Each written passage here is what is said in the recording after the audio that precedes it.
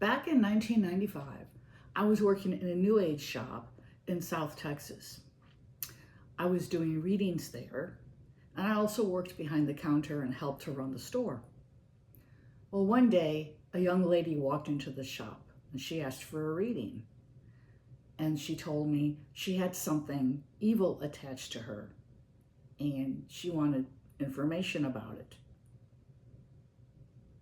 Well, what transpired next is something that I will not only never forget, but to this day, it still gives me nightmares. Hi, I'm Nefer Kefri, your hostess with the Ghostest, and you're watching True Tales of the Paranormal. If you like what you see, I ask that you like the video, subscribe, and share with your like-minded friends. And above all, please drop a comment. Comments help my videos to be seen by new eyes. And now, on to today's True Tale of the Paranormal.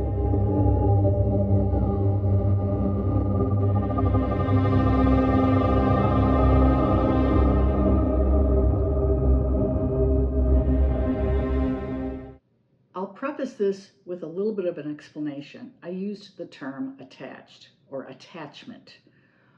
An attachment is some form of energy that literally attaches itself to a person's natural energy. And they do this in order to feed off of our energy. And sometimes these entities can be rather dark, and sometimes they can start manifesting in more extreme ways. And this is what had happened with this young lady. I took her into the private reading room at the shop. We shut the door. And she starts telling me that when she was a little girl, she said this thing had always been around her at least since she was 5 years old. And that it looked like a very old man to her with deep crevices in his face. And she said he was always around her, and that when he would make his presence known, she would start to tingle all over. And then she would have what she called these fits. And she'd been taken to doctors because they assumed she was having epileptic seizures or some sort of a seizure.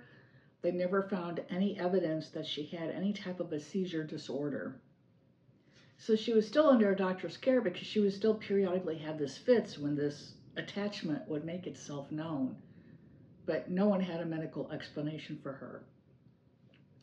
So we're in the reading room, and we always have kept a St. Michael the Archangel candle lit and burning in this room. We call on St. Michael for protection. And in my line of work as a light worker myself, I work with St. Michael very, very closely. I always have. And I noticed when I went to take my seat that the Michael candle wasn't there. And I thought, oh, it must have gone out earlier in the day. And then whoever else was working at the shop that day didn't get around to replacing the candle. And I was like, great. And I didn't really want to interrupt the flow of the conversation between us as my client was telling me how this entity would make her feel, because I realized it can be extremely difficult for a person to confide in someone that they don't know, especially about a problem of that nature. So I didn't want to say, oh, hold on a second, I got to go out and get a candle. No, I just let her talk, and I said, okay. I said, and she says, what I want to know is, does he wish me harm? Is that his ultimate intention? Because she said lately she'd been waking up with the feeling of a pair of hands strangling her. And I was explaining to her about sleep paralysis, and I said that might be related. She goes, I doubt it because I've never had that issue. No one in my family's had that problem. I think this thing is now trying to kill me. The young girl was about 22 at the time of the reading. So this thing had been around her for, 17 years at least? I said, all right. So I laid out the cards. And I immediately took a deep breath because the first 5 cards, it was the worst reading I'd ever seen for anybody. To this day, it was the worst reading I'd ever seen. And there's certain cards on the tarot deck that are bad at first glance. you know. And there are other cards that, they're scary, but they don't mean the end of the world unless they come up with other cards. Well, I saw it in her spread, and I don't remember the order now, but right after another was the Death card, the Devil card, the Tower, the Ten of Swords. And I just went like, whoa. And then I said to her, your question of, is this thing trying to kill you? I unfortunately would have to validate your theory there.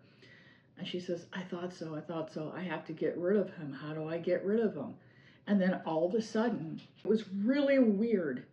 This part of her torso, from just above her breasts on up, bent backward. So it's like she's bending her upper spine in an unnatural way. And her head went back. And as her head went back, her eyes rolled in the back of her head. And I could see just whites. Her irises were gone. And she's in her chair, and she starts going, ah, da, da, da, da, da. And like she's trying to say something, but she's completely tongue-tied, like she's having a conniption, an epileptic seizure. That's how I treated it. I jumped up, I got her on the floor so that she wouldn't fall on the floor. And we always kept pen and paper in there for clients, to take notes. So I grabbed a pen and I put it in her mouth so she won't, swallow her tongue or something or bite her tongue off. And then I noticed this atmosphere around her. And it wasn't so much seeing it, but feeling it.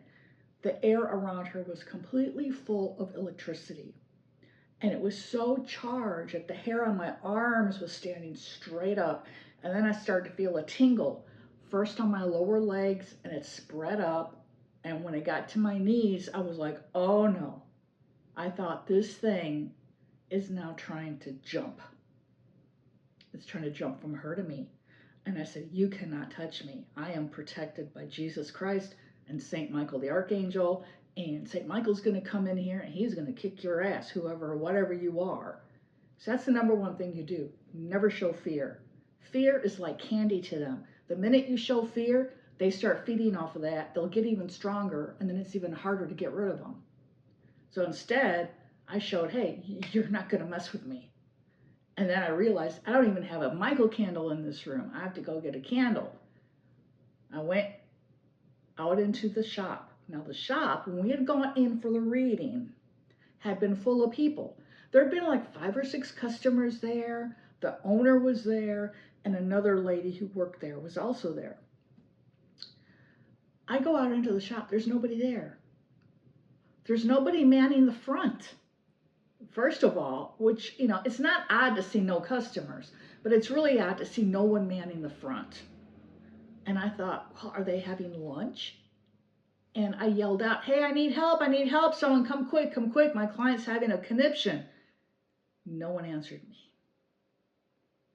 I'm like, hello. Meanwhile, I'm darting over to where we keep the saints candles, and I'm grabbing a Michael candle. There was already a lighter in the reading room, so I was going to use it, charge the candle, light it up. And I start yelling, go, come on, I need help. And someone needs to call 911. This girl's on the floor in the reading room. Someone needs to call 911, call 911. No one was saying anything. There was no sound in the shop. And I was like, I yelled out, where is everyone? As I run back into the reading room, because I didn't want the young lady to get even worse off if this was something physical and not paranormal. But although with what I had felt in the reading room prior to running out for the candle, I knew darn well what she was experiencing was paranormal and very, very bad. So I go in there, and she's there writhing on the floor. And then she says to me, nothing can defeat me. I said, oh yeah, we'll see about that.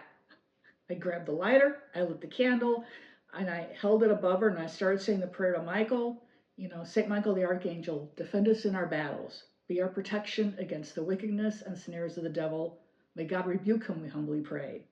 And do thou, O Prince of the heavenly host, by the power of God, thrust into hell Satan and all evil forces who wander the world for the ruin of souls. That's the official prayer as used by the Catholic Church. And I began saying it just over and over. And in between, I was saying, Michael, help us, Michael, help us, Michael, help us. You know, Jesus, help us, Jesus, help us, Jesus, help us. And then all of a sudden, the candle, I was holding it with both hands. It got incredibly warm to where it was uncomfortable to hold it, but I could still hold it without feeling like my palms were being burned, you know? But it was incredibly hot all of a sudden. Archangel Michael is the archangel of the element of fire. And when he manifests around me, he always comes through as heat. And so I was like, oh, thank you, Lord. Thank you for being here. Thank you for sending Michael. I knew he was there in the room with us. And all of a sudden, I just started sweating, which is another thing I will do when he manifests near me. I'll just break out into a sweat. And I kept repeating the prayer, and I was holding the candle right over her face. She's kind of looking up at it, and her eyes at that point have returned. She had blonde hair and blue eyes, and her eyes were a deep, deep, deep brown. And I knew they'd been blue because when she came in, I thought to myself when I saw her, what beautiful blue eyes this young lady has. And all of a sudden they're looking up at me and they're brown. And I'm like, that's not right, you know? And, you know, I didn't know what else to do. This was my first experience with anything like this. I had been working in the shop for about a year when this incident occurred. And another lady who worked there had taught me how to do house cleansings in addition to the method my aunt taught me when I was younger. And that was about all I knew. And I had not run across anything really, really dark until that day. All I knew to do was to pray to Michael and hang on to my faith for dear life and just believe that help was going to be there. Well, as I was focusing on the prayer and looking down at the young woman, I could see her eyes shift.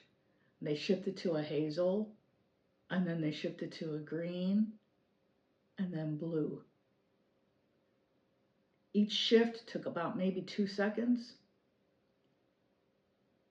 And once they turned back to blue, I just kept up with the prayers. And then I said to her, because then I knew she was back in her body, or her consciousness had come back up to the surface. I said to her, just stay put, don't move, let me finish. And I kept saying the prayer until I had completed 3 novenas.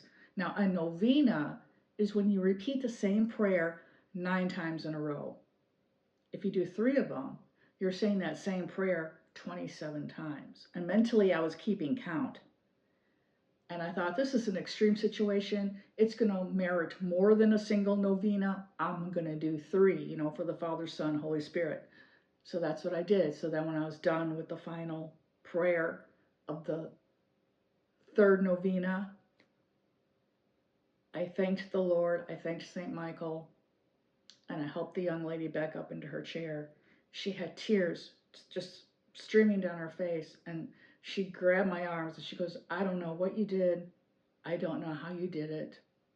But for the first time in my life, I don't feel him with me. And I was just like, wow.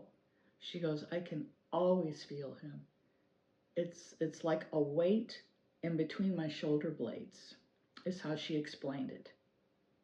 And she says, that weight is completely gone. And she was just hugging me and crying.